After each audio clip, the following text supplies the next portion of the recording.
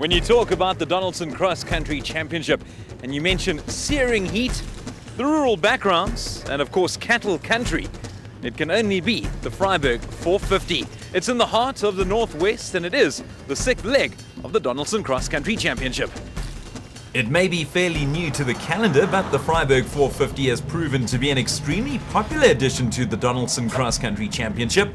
The entire town comes to a standstill to witness what always promises to be two exhilarating days of action.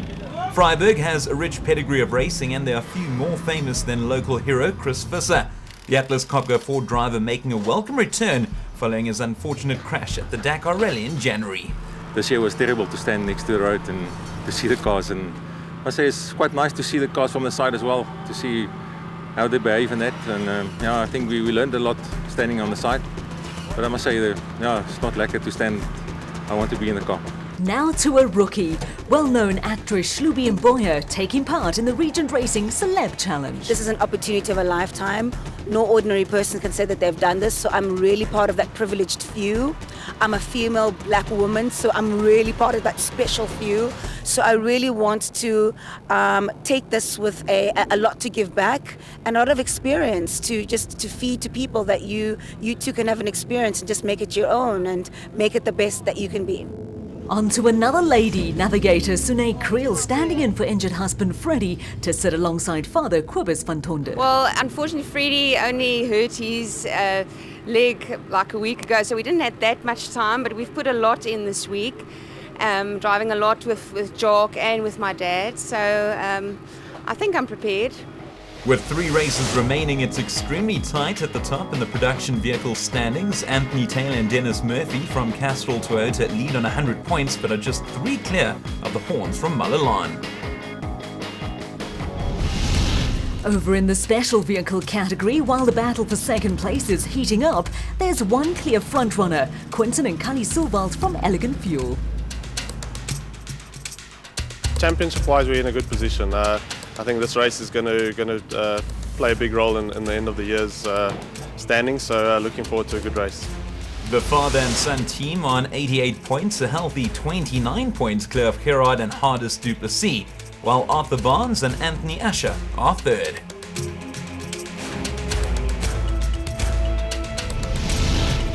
First up, qualifying and starting things off, the locals Malcolm Karke and Johan Berger.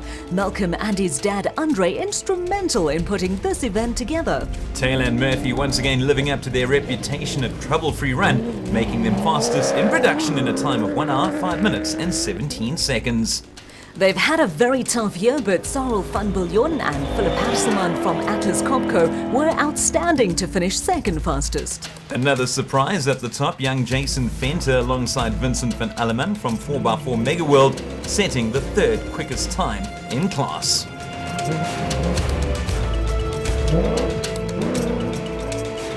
It's like he never left. Chris Visser alongside Jaapie Badenhorst coming 4th in class in their Atlas Copco Ford Ranger.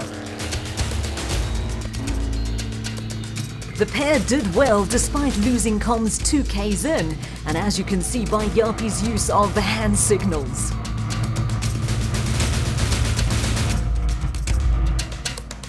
Rounding off the top 5, the RFS Treasury 1 BMW of Henny de Klerk and Johan Smallberger. The pair had an extremely scary moment when they went airborne after misjudging a jump. Oh, that was close. In 6th place with a time of just over 1 hour and 8 minutes, Malcolm Karke and Johan Berger. A good run, which was surely aided by some local know-how. Venter Senior, Dion and Jaco van Aert from 4x4 Mega World claimed 7th spot. Jason said it was a surreal experience to finish ahead of his dad. I'm not sure his father felt quite the same way.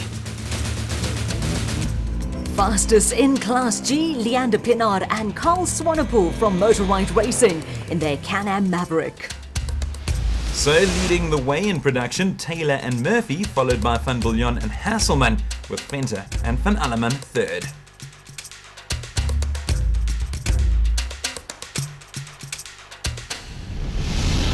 Defending champions in the specials, Evan Hutchison and Dani Stassen got the qualifying going in their class. And just like we saw in production, the championship leaders leading the way, the Silvolts from Elegant Fuel, Quinton and Cully, setting the fastest time not just in class, but overall too, to book their place at the front of the grid.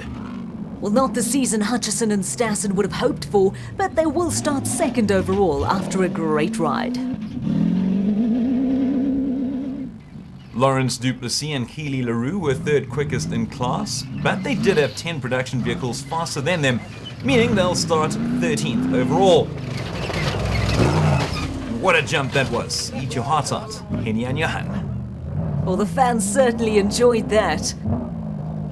And another tremendous jump, this time from John Thompson and Maurice Matten. The first Class P competitor too, fourth in specials, despite breaking their left front shock 20 k's from the end. Daniel Brooks and Gavin Gray picked up a mascot at Sun City in the form of a cow's skull, when if that had much to do with the 5th place for them in their Ducati's Properties bat. Second in the championship, but 6th in the qualifying race, the father and son team of Gerhardus and Hardus Duplessis. So the Silvolts setting the fastest pace, 27 seconds quicker than Hutchison and Stassen, while Duplessis and LaRue were a distant third after wrong slotting a couple of times.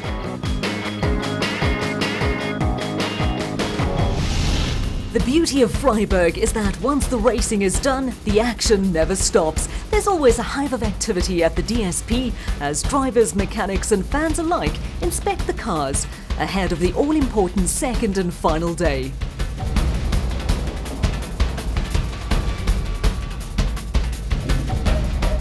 The red-hot sun making way for the moon on what was a memorable qualifying race. It's race day here in the northwest, and the prologue proved to be dominated by specials.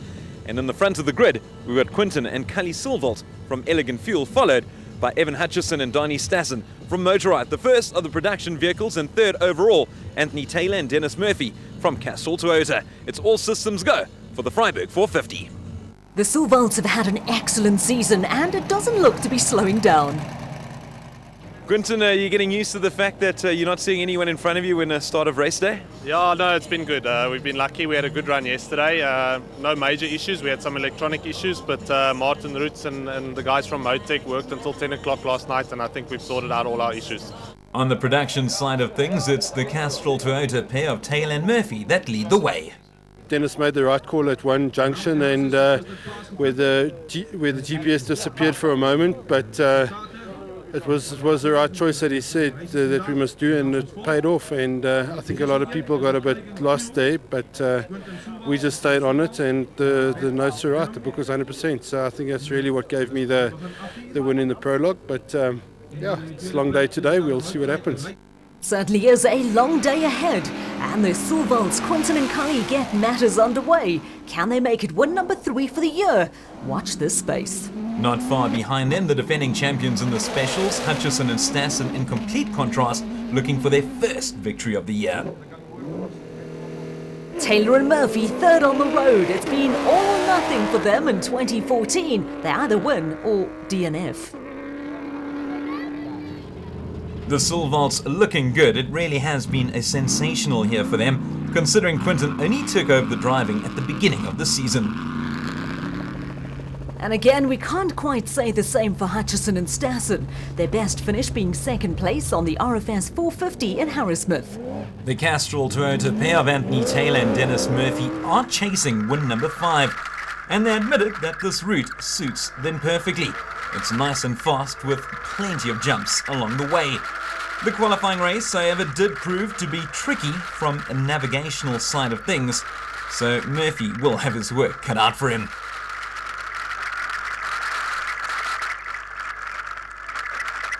And it looks as if they've come to a standstill, and let's hope that's just a flat. 3 DNFs have littered Van Biljon and Hasselman's season, so they'll be desperate to do well here, and they currently are, second in Class T. Fiss and Bardnost have already climbed to position, the Atlas Copco Ford pair now third. Well, that means that the 4x4 Mega World team of Venter and Van Alleman have dropped to 4th place. No dropping for Henny de Klerk and Johan Smallberger, the Treasury 1 BMW 5th in Class T. Just behind them in 6th place, we've got Kockenberger, Malcolm and his dad Andre, very popular here in Vryburg and always put in a big party after the racing. First in Class S, Dion Venter and Jaco van Aert in their 4x4 Mega World Toyota Hilux. Another Class S competitor, Willem Vos and Vanna Weiss in their Fossies BMW X3. Third in Class S, Yanni Visser and Yorks Leroux from Rubicon Racing. Only one DNF for them this year, but no podiums yet. Back to the specials, third in category, but first in Class P, John Thompson and Maurice Matten. They've had a few GPS problems, but it doesn't seem to be too troublesome. Seventh in Class T, Christian de Ploy and Henk Janssen van Vieren from RFS Motorsport. More DNFs than Fs this year. And they really have had a difficult 2014, and they also hit a tree and had a flat during qualifying. So all considering, it's a nice recovery to make it to day 2. And there they passed the sideline pair of de Klerk and Smallberger, and that certainly looks nasty, and we hope that they're both okay.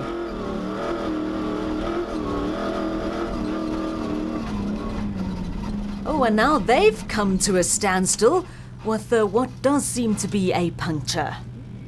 Rounding off the top 10 in productions, the Dakar duo Leroy Polter and Rob Howie from Castrol Toyota.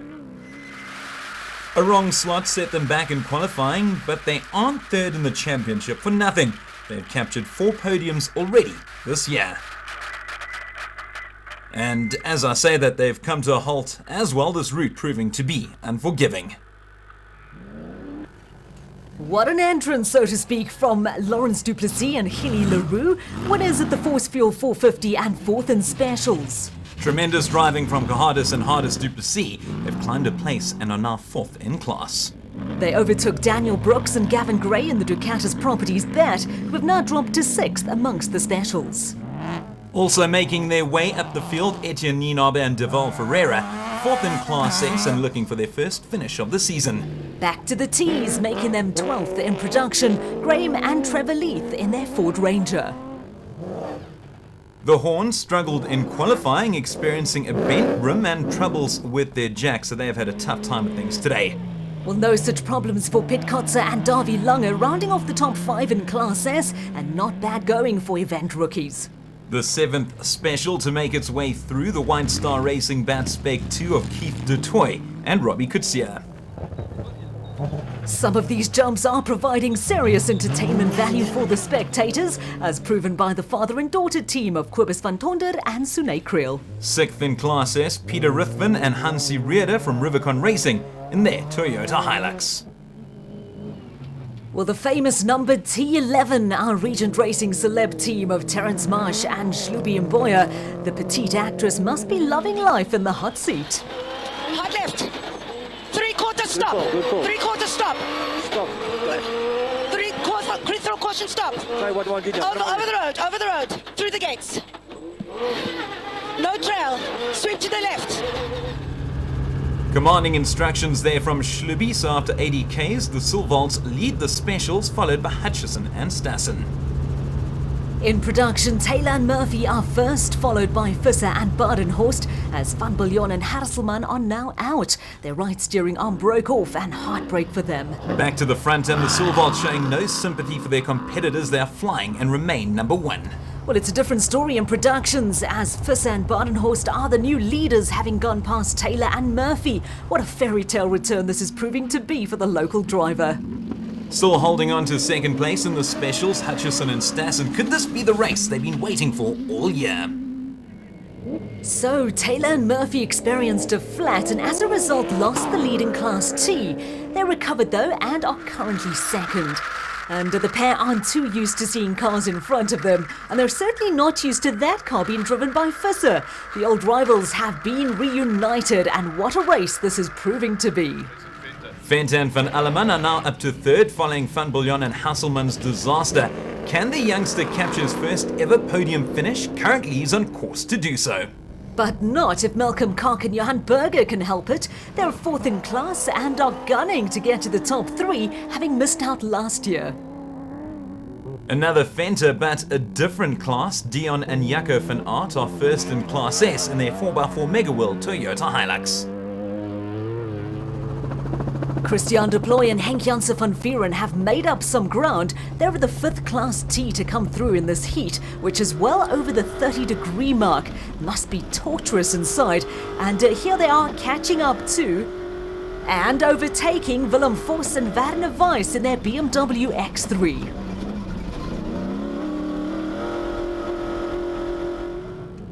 Also getting ahead of the BMW, Leroy Poulter and Rob Howie. They're already up to 6th in class. Lawrence Duplessis and Hilly Leroux still the 3rd special in the race. But as for Thompson and Zermatten, it doesn't look good. Yeah, we don't know. We think the fuel pump has got hot or something's it's misfiring at the moment, and hopefully in a little bit we'll get it going. You know, just giving it a chance to cool down, and then we'll see what happens. Thanks very much. Pleasure, John. Remember, in Class G, they only do 1 loop, and it's another victory for Gareth Woolridge and Boyd Dreyer. Another exceptional performance from the young pair who have really enjoyed life in the side-by-sides. 1 loop done and 1 to go, and the first men in, the Elegant Fuel team are Quinton and Cully Sulvald.